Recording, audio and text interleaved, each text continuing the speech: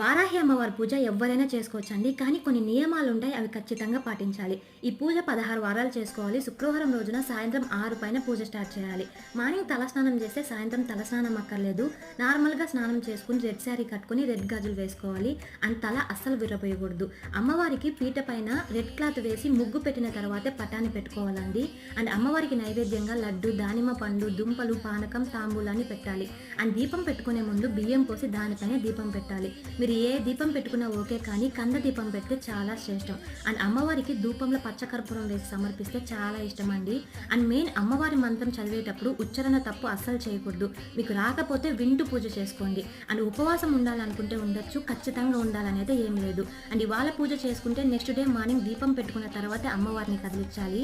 వారాహి అమ్మవారు చాలా ఉగ్ర రూపం. అంతకంటే ఎక్కువ జాలి కలిగిన దేవత ఆవిడ. మనస్ఫూర్తిగా పూజ చేసుకొని మీరు ఏం కోరుకున్నా ఖచ్చితంగా నెరవేరుస్తుంది.